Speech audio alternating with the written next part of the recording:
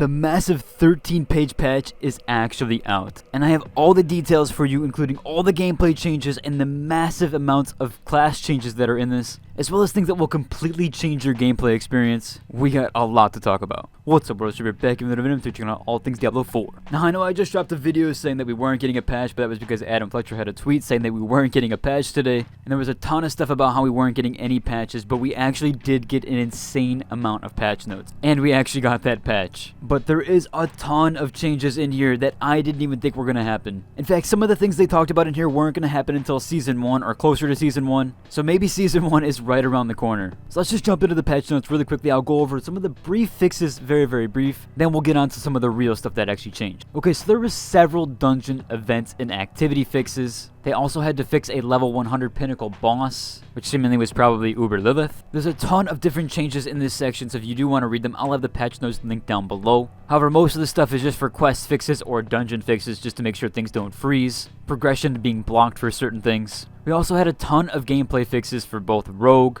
and Barbarian, as well as some of the skeleton warriors for Necromancer. Rogues essentially were remaining invisible to other players, and now that it's completely patched. And this was happening in the Fields of Hatred, which was the PvP zone. They fixed a bunch of teleport issues and issues with socketed gems not being able to be mass salvaged. They had a necro fix with corpse tendrils, which would cause the corpse visuals to disappear. They also had a ton of local co-op play fixes, essentially not being able to play together, or issues with teleporting or interactions, not being able to properly progress a quest, even an issue with the menu getting stuck on your screen. We also had a bunch of quest fixes, obviously for things like progression, as well as NPCs not spawning correctly, or even getting blocked behind certain items, followers not following players into boss areas. We had a ton of UI fixes here. Several chat fixes, including an issue where the chat would be expanded when it wasn't visible. They also fixed that party issue where the HP of the party member would appear to be 0, just if they left the vicinity or while they weren't at full health. They had a couple druid fixes here, including the druid spirit boom's particles. They fixed a couple issues with Xbox crossplay, and they also fixed an issue when playing with the controller, the potion upgrade icon would be missing. They also fixed some issues with linking items, and they also had some HP fixes for PvP as well, which were mainly just visual. There was also an issue where people that had their language set to either Spanish or Russian couldn't create a clan, so now that should be fixed. They of course had some shop fixes, and a few other minor fixes with various stability, performance, and visual improvements across all platforms. They also did a ton of gameplay adjustments, and let's get into those. The first one being experience, which is absolutely huge and a big topic that's been talked about recently. They significantly increased the experience awarded for completing nightmare dungeons across the board. So that actual implemented fix that they were talking about that wasn't going to be until Season 1 or near Season 1 actually did just get implemented. Again, this could be a big sign for that the Season 1 patch is coming sooner than we think, or maybe they just got this one out there really quickly. They also significantly increased the experience gain from downing monsters in nightmare dungeons, so that's also increased across the board. Helltide chests now provide substantially more bonus experience when opened, so Helltides are going to be even more farmed and more utilized while you're leveling. They significantly increased the reward experience from completing individual whispers across the board, and yeah, definitely the whispers or the tree of whispers did not feel very impactful, so I'm glad they're adjusting that and making it more impactful for the rest of the other stuff. At least in comparison, it just wasn't that good to really farm the tree of whispers, so hopefully they keep beefing it up, especially those rewards. They also fixed an issue where no experience was rewarded from completing the holdout style event that could occur after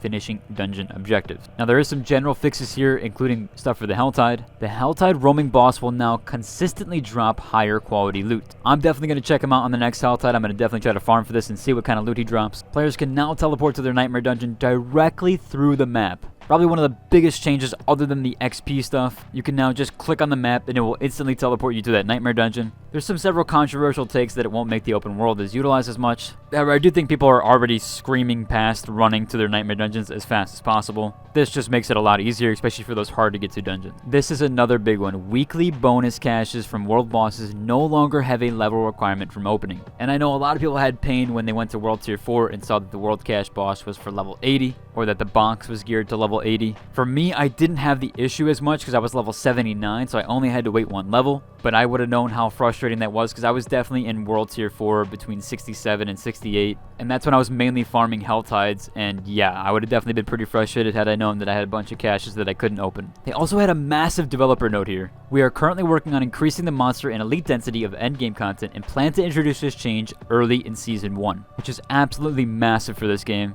I know a ton of people wanted that density increases. Now there is a ton of class changes here. They had a developer note here first. We're continuing our efforts to make all class builds feel fun and powerful with another round of balance updates. In particular, we have seen a community feedback stating that basic skills aren't impactful enough in combat. These changes will not change the fundamental relationships between basic skills and core skills, but we hope that they help smooth out the experience while we explore additional ways to strengthen them. We are also increasing the power of some skills that players feel are lagging behind their peers. As we look forward to future updates, we're monitoring our heavily discussed topics such as minion survivability and build parity. Please keep sending us feedback and we'll see you in Sanctuary. Definitely massive stuff there, and I love that they're actually listening to feedback. As for class changes here, there is so much that I'd have to go over. I'm going to try to just go over like a little bit of brief for each class and kind of some of the major standpoints for each class that got the buffs to. Barb did get some minor damage increases to a lot of their abilities. These are very minor amounts, like Frenzy got a base damage increase from 20 to 22%. Lunging Strike also got a base damage increase from 30 to 33%. A big notable change here is that Kick got a cooldown reduced from 17 to 13 seconds. Iron Skin got a barrier increase from 10 to 20% of maximum life. Call of the Ancients also got a massive buff from 10 to 20% of its attack speed. They also had some minor flat damage increases and some damage reduction increases across the board. Druid also saw some minor damage increases and some minor spirit regeneration increases. Wolves got their cooldown reduced from 14 to 11 seconds. Lacerate got an insane base damage boost from 400 to 460%. They also got those minor damage increases to some of their base abilities. Necromancer again also got some of their base ability damage boosts. They got an increase on their essence generation from 6 to 7% for Bone Splitters. Bone Spike saw a massive base damage increase from 80 to 120%. Rogue got its smoke grenade cooldown reduced as well as its ring of arrows. And Escape Artist got a drastic cooldown decreased from 100 to 45 seconds. They also got some lucky hit changes with Dark Shroud,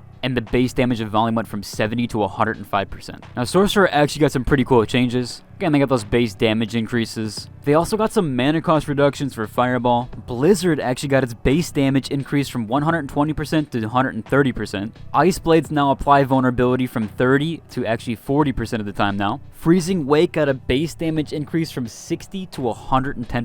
Snowguard got its damage reduction increased, and Concentration got its mana regeneration increased. Lightning Spear also saw a damage boost from 100% to 160%. So definitely some buffs all around there, mostly minor buffs aside from some of the abilities that were definitely very lackluster seemingly for these classes. Especially I know like Lightning Spear was a very undertaken ability. It's pretty awesome to see that they actually can get these patches out in time. I know I was a little worried from earlier in my last video, but it is nice to know that they can actually get this stuff out for their live service game. That should about cover for today's video. If you like it, and subscribe, and until the next one. Doses.